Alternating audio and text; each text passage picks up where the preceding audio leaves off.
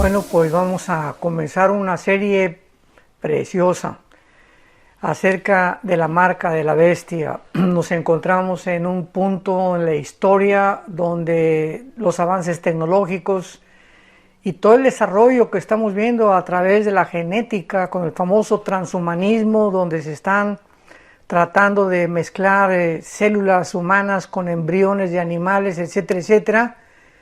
Todo este avance del conocimiento de la ciencia actual está o es muy relevante con las profecías bíblicas, y creo que estamos en un punto crucial en la historia donde el Espíritu Santo nos puede dar un poquísimo más de luz y comprensión acerca de todo esto, para que una vez más comprobemos la veracidad y la inerrabilidad y la inspiración maravillosa de las Sagradas Escrituras. Por ejemplo, en el capítulo 13 del libro del Apocalipsis, hace 2000 años se escribió el apóstol Juan, que se encontraba en la isla de Patmos, que está muy cerca de Turquía, junto al mar Egeo. Actualmente la isla de Patmos todavía existe, que él vio una visión tremenda de Jesucristo, y pues cuando él volteó para oír la voz como de trompeta que le hablaba, Cristo le dijo: yo soy el que vivo y estuve muerto, mas ya que vivo por los siglos de los siglos. Escribe las cosas que son, las que has visto y las que serán. Y entonces el apóstol Juan hace 2000 años escribió algo que ya sucedió, que no ha sucedido y que está por suceder. Esto, ¿verdad?, pues nos funde los fusibles de nuestro entendimiento y de nuestro cerebro, porque él está escribiendo cosas hace 2000 años, o sea, viajó a través del tiempo el apóstol Juan, en el Espíritu, desde luego, como lo dice él en el capítulo 1 del libro del Apocalipsis. Y estaba yo en el Espíritu en el día del Señor, y él vio lo que aún no ha acontecido ante la época presente en la que tú y yo vivimos.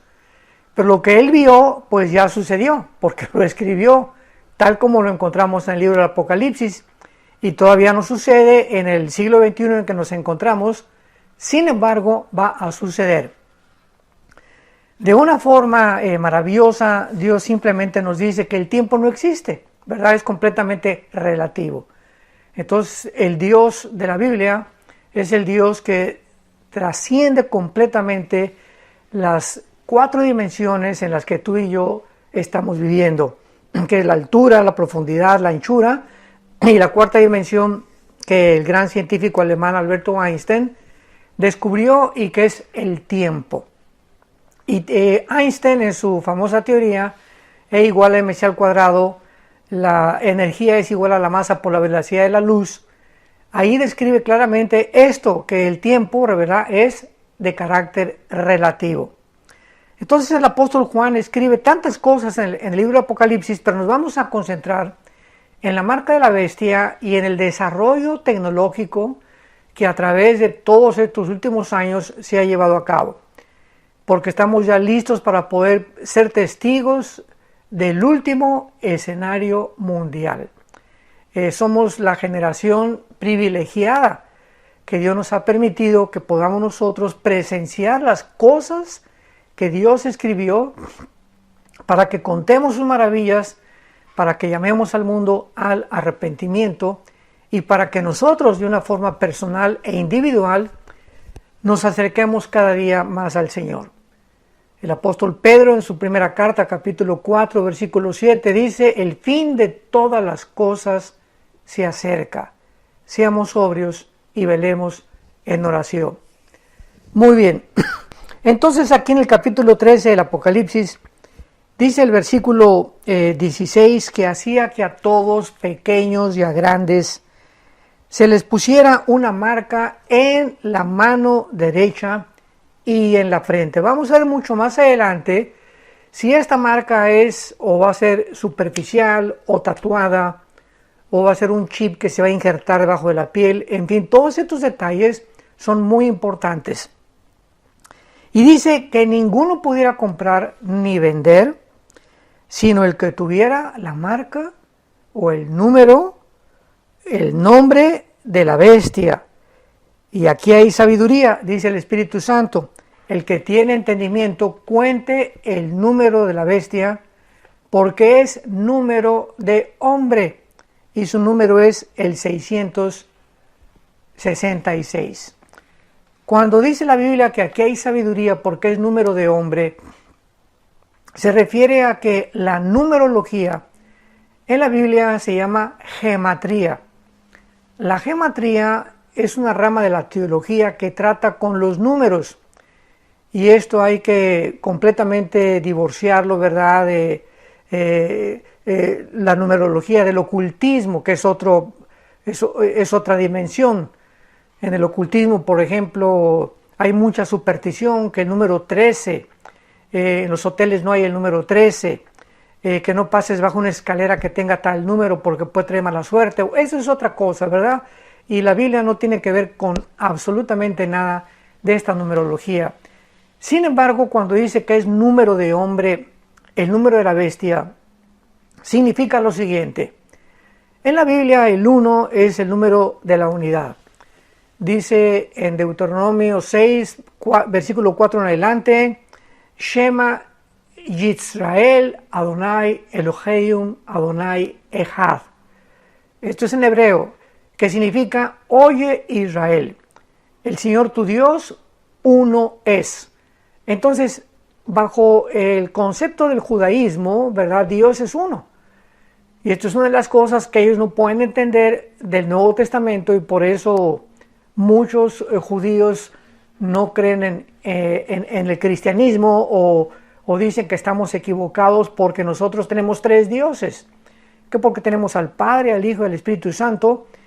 Y entonces el judío choca su teología con todo lo que nosotros hemos recibido, porque la misma historia nos muestra, ¿verdad?, dentro del judaísmo y dentro de también la etimología, o sea, las raíces hebreas del judaísmo, nos muestran que la palabra Elohim, cuando dice la Biblia, Bereshit Elohim ha-samayir haaretz, en el principio Dios hizo los cielos y la tierra, esta palabra Elohim, la terminación im en el hebreo, siempre implica una pluralidad. Entonces está hablando de Dios en plural. Y luego cuando dice también en el capítulo 3 del Génesis, que Dios dijo, saquemos al hombre del huerto para que no sea uno como nosotros. Otra vez está hablando en plural Dios. Y en el capítulo 11 del Génesis, cuando baja Dios a juzgar la rebelión de la Torre de Babel, Él también lo dice, bajemos al mundo para que podamos confundir las lenguas, hablando Dios otra vez en plural. Pero en fin, este no es un punto ahorita que vayamos a desarrollar, pero simplemente quiero explicar que el número de la bestia es el número del hombre. ¿Por qué?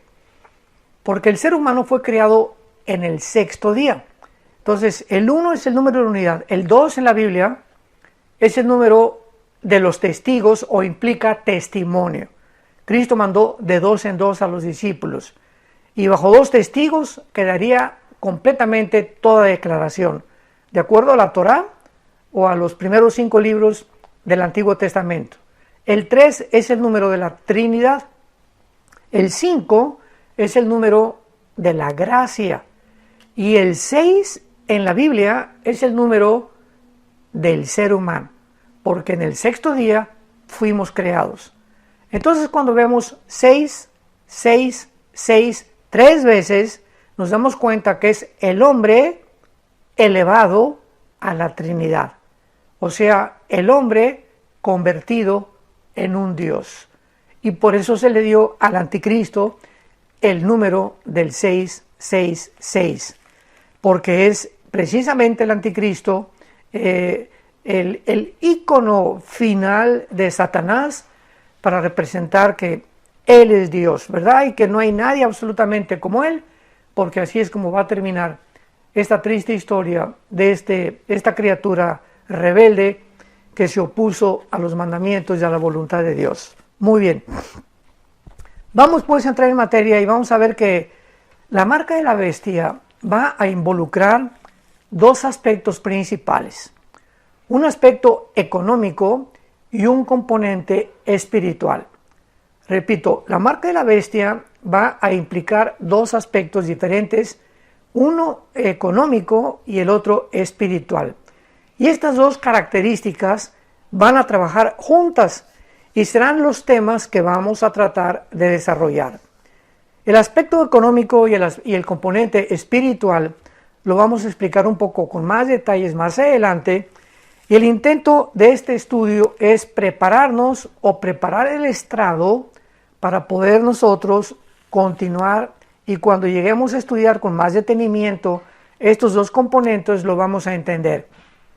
En su afán principal de convertirse en el Dios de este mundo y el máximo gobernante mundial, el anticristo va a tener que alcanzar o va a tener que lograr 4 metas. Si tú quieres ir apuntándolas, será muy importante. Para que el anticristo pueda lograr colocarse y convertirse en el máximo gobernante mundial, va a tener que alcanzar o lograr 4 metas. Número 1, y vamos en orden para que veamos la final, o sea la cuarta. Número 1, un control militar. En el libro de Daniel, en el Antiguo Testamento, en el capítulo 11, leemos nosotros que el anticristo tendrá que primero tener el control militar del mundo, porque es necesario para que pueda lograr las otras fases distintas. Y dice en Daniel capítulo 11, versículo 40 al 45, Daniel 11, 40 al 45, al cabo del tiempo, el rey del sur contenderá contra él. Él es el anticristo. Y el rey del norte se levantará contra él como con una tempestad, con carros y gente de a caballo y muchas naves, entrará por las tierras e inundará y pasará. Entrará a la tierra gloriosa que es Jerusalén, y muchas provincias caerán, mas éstas escaparán de su mano, Edom y Moab, y la mayoría de los hijos de Amón. Edom, Moab y Amón corresponden a el área geográfica que actualmente ocupa Jordania moderna. Entonces, Jordania, de alguna manera, el anticristo no se va a meter con Jordania, y de alguna manera Jordania va a unirse al anticristo en su confederación final de naciones. Y luego dice el versículo 43, se apoderará de los tesoros de oro y plata y de todas las cosas preciosas de Egipto, y los de Libia y de Etiopía le seguirán. O sea, estas naciones del norte de África también se van a unir al anticristo. Y esto es interesante porque en el capítulo 38 de Ezequiel, del 1 al 4, principalmente versículos 4 y 5, la Biblia describe las naciones que van a adherirse a la invasión final de Rusia contra Israel. Y menciona a Rusia como Rosh, menciona a Irán como Persia. Recordamos que en 1935 se le cambió el nombre de Persia a la República de Irán. En el 79 a la República Islámica de Irán con el Ayatollah Khomeini. Hasta ahorita permanece con ese nombre. Libia no ha cambiado su nombre, es una región del norte de África, y Etiopía. Entonces, estas naciones van a ser parte o van a formar parte, tanto en Ezequiel, él lo corrobora, como también Daniel capítulo 11, que es el pasaje que estamos leyendo. Y finalmente dice el versículo 44 y 45 de Daniel 11, pero noticias del oriente y del norte lo atemorizarán, y saldrá con gran ira para destruir y matar a muchos, y plantará las tiendas de su palacio entre los mares y el monte glorioso, y santo, mas no llegará a su fin, y no tendrá quien le ayude. Vemos que entonces la campaña militar del anticristo va a ser muy importante para poder controlar las amenazas que va a tener del oriente, las amenazas que va a tener de algunas naciones, inclusive dentro del territorio de los árabes. Pero finalmente vemos que la Biblia localiza al anticristo terminando su carrera en la ciudad de Jerusalén. Y ahí es precisamente donde la segunda carta a los tesalonicenses, el apóstol Pablo escribe claramente que vendrá Jesucristo y destruirá al anticristo solamente, ¿verdad?, con su voz, con la palabra de Dios. Y en Apocalipsis 16, en la guerra del Armagedón, se va a llevar también en el Valle del Megiddo, Joel capítulo 3, y todos estos pasajes que nosotros unimos hacen una consistencia de la verdad extraordinaria, porque fueron escritos por autores diferentes en diferentes épocas, pero la consistencia y la armonía que existe de la Biblia de una parte con la otra, cómo encajan todas las piezas de una forma sobrenatural.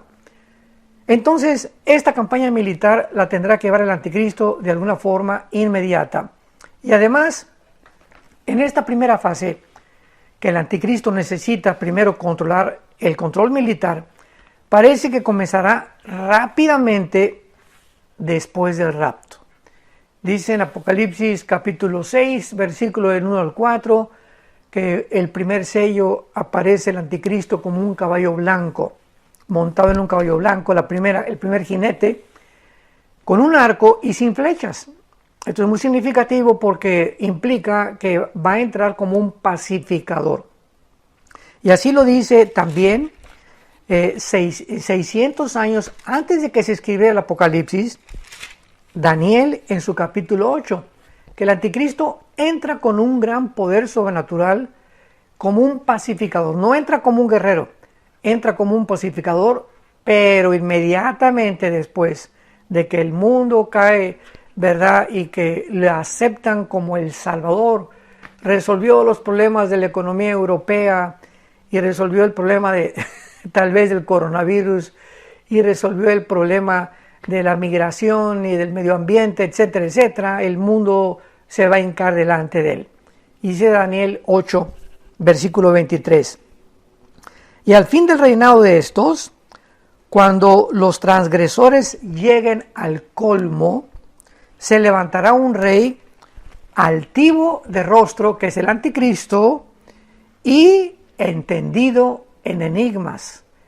Y su poder se fortalecerá, mas no con fuerza propia. O sea, aquí está diciendo Daniel 600 años antes de que se escribiera el Apocalipsis capítulo 13, que el poder del anticristo no va a ser propio, sino que Apocalipsis nos lo dice en el capítulo 13, versículo 3, que Satanás le dará su poder, su dominio y su reino. O sea, todo lo que el anticristo haga, lo va a hacer por medio de la presencia de Satanás o de algún principado demoníaco dentro de su vida.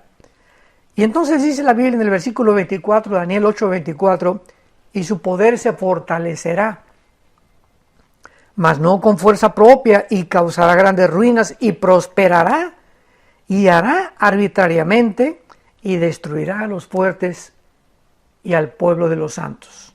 Versículo 25, y con su sagacidad, o sea, con su inteligencia sobrenatural, hará prosperar el engaño, en su mano y en su corazón se engrandecerá, y sin aviso destruirá a muchos, y se levantará contra el príncipe de los príncipes, que es Jesucristo, pero será quebrantado, aunque no por mano humana. Entonces vemos de qué forma la Biblia nos va llevando poco a poco en una, tal vez podríamos decirlo como una cronología, en la forma en que el anticristo va a ir avanzando para finalmente, al final de la semana 70 de Daniel, o de los 7 años de la tribulación, adjudicarse el título del único Dios soberano del universo. Y pues no nos puede sorprender nada de estas cosas, ¿verdad? Porque con un mundo en crisis, tal como lo estamos actualmente viendo, y despedazado, pues todo esto se está preparando para el establecimiento de un gobierno mundial, totalitario, dictatorial, arbitrario y universal. Y un ejemplo de esto pues es la entrada de Adolf Hitler. Casi todos los dictadores a través de la historia nos enseña, ¿verdad?, que muchas veces el hombre no aprende la historia, desgraciadamente. Pero si recordamos la entrada de Fidel Castro a Cuba, la entrada de Hugo Chávez a Venezuela, la entrada de Adolfo Castro, la entrada de José Stalin, la entrada de Benito Mussolini en Italia. El caldo de cultivo que prepara la mayor parte de las veces la puerta, o que le abre la puerta a un dictador, es la pobreza. Es el estado caótico, económico, espiritual, de depresión, en que la gente se encuentra y llega de repente, surge un hombre de la nada y con un populismo, con una ideología populista, voy a traer la solución, voy a solucionar esto y aquello, y la gente hambrienta, porque así es el ser humano, estamos siempre buscando a alguien que nos saque del pozo, pues se le entrega el poder a estos supuestos falsos profetas, falsos líderes políticos y religiosos, creyendo que ellos nos van a sacar de la desesperación. Y Hitler así entró, aunque él fue elegido democráticamente. Hitler posteriormente, después de que Chávez también fue elegido democráticamente, el que entró de una forma violenta fue Fidel Castro en Cuba, en 1960-61, ¿verdad? Cuando a Fulgencio Batista, el expresidente de Cuba, él pues le dio el pinochetazo, ¿verdad? A través de una revolución armada. Pero Hitler entró con una forma democrática, repito, más adelante a los 1936 ya formó el Partido Nacional Socialista Alemán y más adelante comenzó a manifestar su antisemitismo y así vemos de qué forma despedazó Alemania completamente. 90 millones de alemanes creyeron en su retórica, en su verborrea, en todo lo que él decía en sus discursos. ¿Por qué? Porque esto es lo que se llama en la Biblia un espíritu de engaño.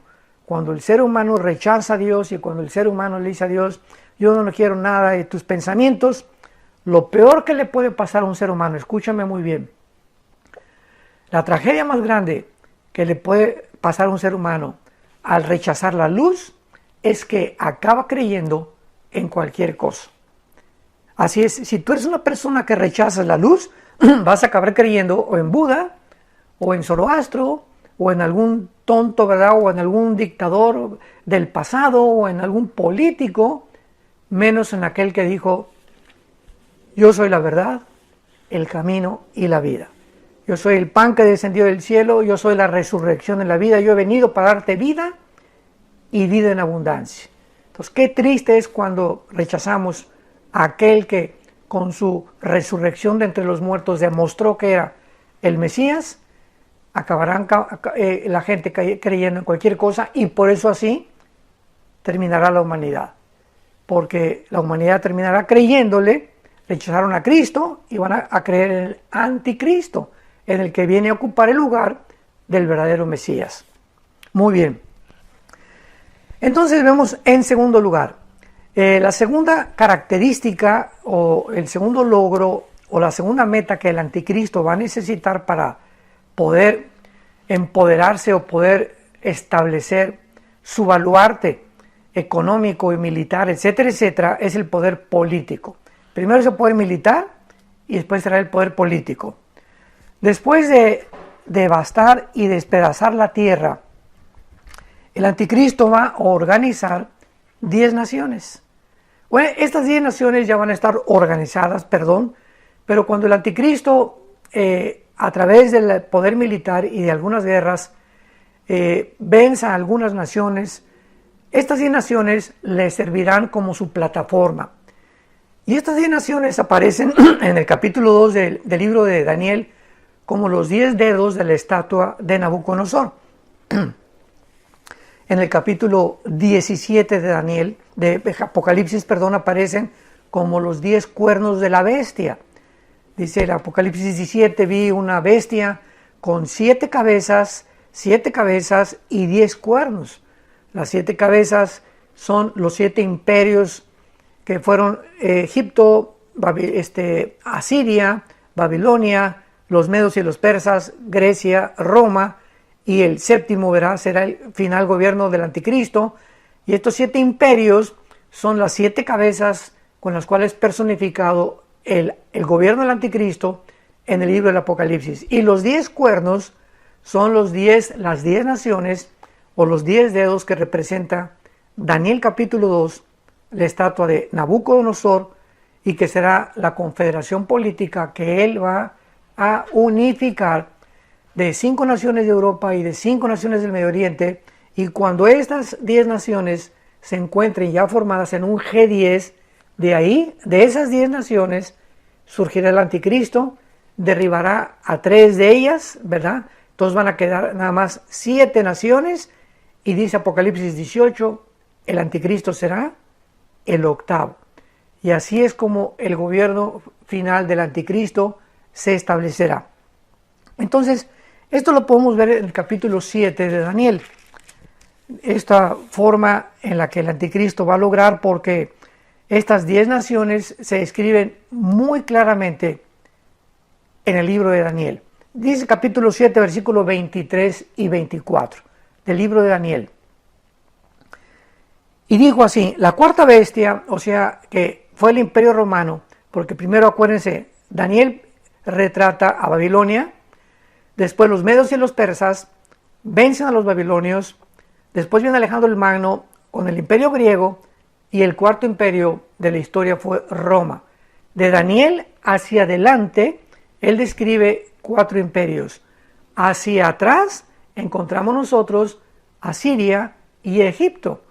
Entonces es claramente la historia como se describe en la Biblia, que antes de Daniel existió Asiria y Egipto como los imperios del pasado, y de Daniel, o sea del año 600 antes de Cristo hasta nuestros días, solamente surgirán 4 imperios. El cuarto es Roma, pero veamos de qué forma del antiguo imperio romano de hace 2000 años va de alguna forma a volver a manifestarse otra vez de estas naciones, o de 10 naciones que formaron el imperio romano. De ahí se derivarán las 10 naciones que formarán el gobierno final del anticristo. Y dice Daniel 7:23: y de la cuarta bestia, o sea del imperio romano, será un cuarto reino en la tierra, como la historia lo corrobora. Repito otra vez, fue Babilonia, los medos y los persas, los griegos, y el cuarto imperio fueron los romanos, el cual será diferente de los otros reinos, y a toda la tierra devorará, trillará y despedazará. Y los 10 cuernos significan que de aquel reino, o sea, de estas 10 naciones unificadas, de aquel reino se levantarán 10 reyes. O sea, del antiguo imperio romano, que conquistó casi toda Europa, el norte de África y parte del Medio Oriente, de ese imperio que abarcó tanto el occidente como el oriente, se van a levantar 10 reyes, que son los 10 cuernos o la confederación política final del anticristo. Dice claramente, se levantarán 10 reyes, y detrás de ellos, o sea, primero se forman esta G10, hasta que no veamos una confederación política. Esto es importante.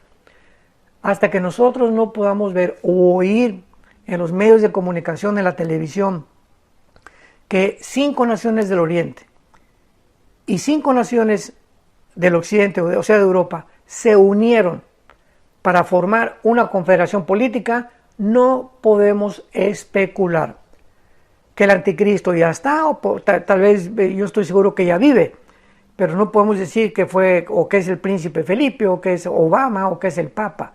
Esas son especulaciones absurdas. Entonces, hasta que no haya esta confederación, esta unión de estas 10 naciones, no podemos especular quién será el anticristo como persona, ni tampoco de qué exactamente región saldrá. Sabemos que saldrá del Medio Oriente, y lo más posible que sea Asiria o la región de Irak, pero ¿verdad? Todas estas son posibilidades. Yo personalmente o individualmente creo, ¿verdad?, que va a venir de Asiria, porque hay muchísimas escrituras que le llaman el asirio, pero antiguamente la región de la Mesopotamia, Irak y Asiria estaban unidas, no estaban divididas como ahora entre Siria e Irak, eran una sola, era un solo terreno, una sola conformación geográfica, y las naciones fueron dividiéndose a través de la historia, principalmente antes de la Segunda y durante la Segunda Guerra Mundial. Entonces, dice la Biblia que entonces de estas 10 naciones se levantará otro, el cual será diferente de los primeros, y a 3 reyes derribará. Así vemos pues que el gobierno político del anticristo va a surgir cuando se formen 10 naciones. Él antes va a estar en alguna nación pequeña, no se nos dice en cuál, pero va a estar haciendo las guerras. Y entonces le van a entregar el poder. Estas 10 naciones, ya que se junten, le van a entregar el poder, como dice en Apocalipsis 17, le entregarán el poder al anticristo. Y así, entonces ya militar y políticamente, su plataforma está casi lista para poder erigirse como el gobernante del mundo. Y en tercer lugar, el tercer logro que necesita el anticristo lograr o alcanzar para poder establecerse como un gobierno ya sólido, como un bastión político y militar y económico, es el control religioso. Número 1, ya lo vimos, el control militar. Número 2, el control político. Y número 3, el control religioso. Los primeros 2 logros, tanto el militar como el político, lo van a preparar al anticristo para convertirse en un dictador mundial, pero no en el dios pagano de este mundo, todavía no. Para esto, el control religioso va a necesitar hacer 2 cosas pero muy importantes. Número 1, va a tener que realizar alguna señal sobrenatural, porque no va a ser tan fácil de que la gente crea que él es el Mesías y que van a dejar su religión imaginémonos todo esto, para seguir a este hombre. Él va a tener que realizar algún milagro, alguna cosa sobrenatural. Y en segundo lugar, va a tener que eliminar cualquier competencia religiosa que exista en ese tiempo. Las demás religiones no podrán ni siquiera igualarlo ni compararse con los milagros y señales que el anticristo va a realizar.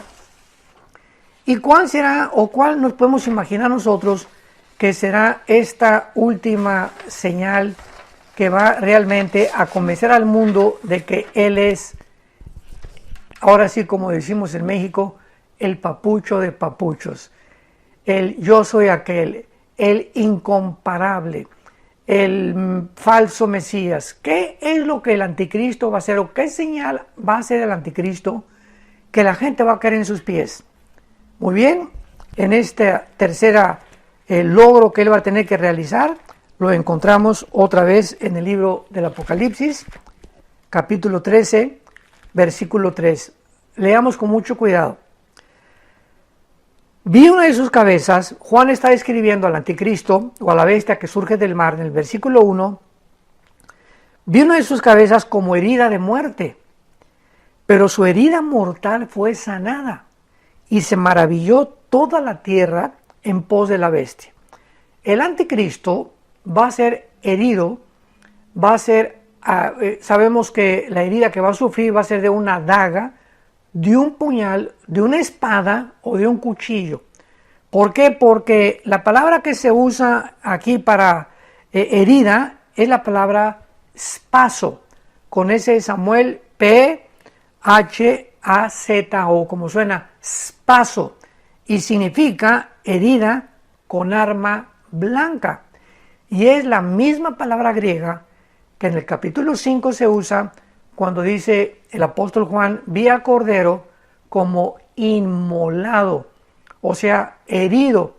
¿Por qué? Porque se refería a que cuando Juan tuvo la revelación de este libro maravilloso del Apocalipsis, Cristo continuaba teniendo en sus manos las heridas que atravesaron sus manos a través de los clavos y su herida de la lanza en el costado, que son armas blancas, ¿verdad? Se consideran como algo que entra y que penetra dentro de la piel. Entonces, es la misma palabra que se usa con la que el anticristo va a ser muerto. Y vi herida la bestia, y su herida fue sanada, su herida mortal, o sea, hablando de que lo mató. Esta herida va a quitarle la vida al anticristo. Pero leamos el versículo 12 y el versículo 14 de Apocalipsis 13. Y ejerce toda la autoridad de la primera bestia en presencia de ella, y hace que la tierra y los moradores de la tierra adoren a la primera bestia cuya herida mortal fue sanada. Aquí nos damos cuenta que no es, como han dicho muchas veces, que esta herida mortal fue uno de los imperios del pasado, o que Roma va a resurgir, aunque sí es cierto que va a resurgir de alguna forma, pero el anticristo va a ser una persona como tú y como yo, no una computadora ni una máquina, va a ser un ser humano, porque tiene él que perpetuar la profecía y cumplir la profecía de Génesis 3:15, que se le dijo al diablo, tu semilla o la semilla del diablo herirá en el calcañar a la semilla de la mujer, que la semilla de la mujer es Cristo, y la semilla de la mujer, o sea Cristo, herirá en la cabeza a la semilla de Satanás. ¿Y quién es la semilla de Satanás? La palabra semilla en el hebreo es la palabra sera, con Z, sera, así como suena, que se tradujo en muchas veces como descendencia o linaje, y en el Nuevo Testamento es la palabra esperma. Entonces el anticristo tiene forzosamente que provenir de una mujer humana, así como Cristo proviene también milagrosamente de una mujer humana. No sabemos cómo será el mecanismo a través del cual él va a nacer, pero va a ser la obra de Satanás. Y el versículo 14 del capítulo 13 de Apocalipsis dice: y engaña a los moradores de la tierra con las señales que se le ha permitido hacer en presencia de la bestia, mandando a los moradores de la tierra que le hagan imagen a la bestia que tiene la herida de espada y vivió. Vemos esta super señal que realizará, será su resurrección. Él tratará de imitar la resurrección de Jesucristo y después eliminará el sistema religioso de la ramera. Entonces continuará después con su campaña de genocidio contra los judíos, y sabemos también que el anticristo va a usar la guillotina, porque dice en Apocalipsis capítulo 20 que vi a los decapitados, o sea, a todos los que les cortó la cabeza. De alguna forma el anticristo volverá a usar la guillotina, y esto es muy interesante porque ahorita la única religión que usa el cortar la cabeza es el Islam. Entonces de alguna forma, verá, el anticristo va a tener una asociación o una relación con el Islam, y de todos estos creyentes va a erradicar el cristianismo, o querrá erradicar el cristianismo y el judaísmo también. Y finalmente el control económico, habiendo tenido el control militar, el control político, el control religioso, ahora va a poder tener e imponer las responsabilidades fiscales de un gobierno económico. Él necesita esta plataforma primero, lo político, lo religioso y lo militar, y ahora sí se puede imponer una fiscalización de todas las demás naciones. El hambre es un recipiente, y siempre lo hemos visto anteriormente, para la rebelión, y por causa de la guerra, de las pestes y el hambre que sobrevendrán en el mundo por las guerras, el anticristo deberá alimentar y va a tener que vestir al mundo y a la población, por lo que es lógico que tiene que implementar un sistema económico para proveer estas necesidades. Y este sistema económico va a tener que ser promovido a través de muchos incentivos para animar o motivar a los comerciantes del mundo, tanto terrenales como marítimos, para participar en este sistema. Y también tiene que haber un sistema universal para que todos los gobernantes del mundo tengan acceso a él. Y todo esto lo podrá lograr gracias a la tecnología del siglo XXI. ¡Qué increíble es la Biblia! Si las computadoras no se hubieran inventado, si los chips no se hubieran inventado, si el ADN no se hubiera descubierto en 1954, si no tuviéramos los sistemas satelitales de comunicación que desde 1957 se pusieron en operación en el mundo entero, no podrían haberse cumplido las profecías bíblicas. Finalmente, esta economía global debe ser gobernada por un régimen muy estricto, porque el anticristo no puede dejar nada absolutamente suelto, ya que podría enfrentar una rebelión mundial. ¿Cómo logrará finalmente el anticristo alcanzar estos monumentales proyectos de una economía global y el componente espiritual de que finalmente se va a hacer o adjudicarse Dios, no cabe duda que ya en el mundo tenemos las tecnologías para que esto sea posible. Va a establecer una sociedad sin dinero en efectivo, que ya está en Suecia ya están eliminando el dinero en efectivo y en muchas naciones del mundo. Número 2, va a tener que monitorear para su mejor control la conducta humana de sus consumidores, incluyendo, ¿verdad?, el lugar donde vivimos. Y en tercer lugar, la marca famosa a través de la cual él va a controlar y forzar a todos a que entren a este nuevo sistema económico internacional. Bueno, pues vamos a continuar el próximo domingo con esta interesantísima serie acerca de la marca de la bestia y el nuevo orden mundial, y sabemos que cada vez que profundizamos y sacamos estas verdades de la Biblia nos preparan para abrir los ojos y estar conscientes de lo que está pasando en nuestro mundo, porque no somos hijos de las tinieblas, somos hijos de la luz, y no nos ha puesto Dios para la ira, sino para alcanzar la salvación por medio de nuestro bendito Salvador, el Señor Jesucristo. Que Dios te bendiga.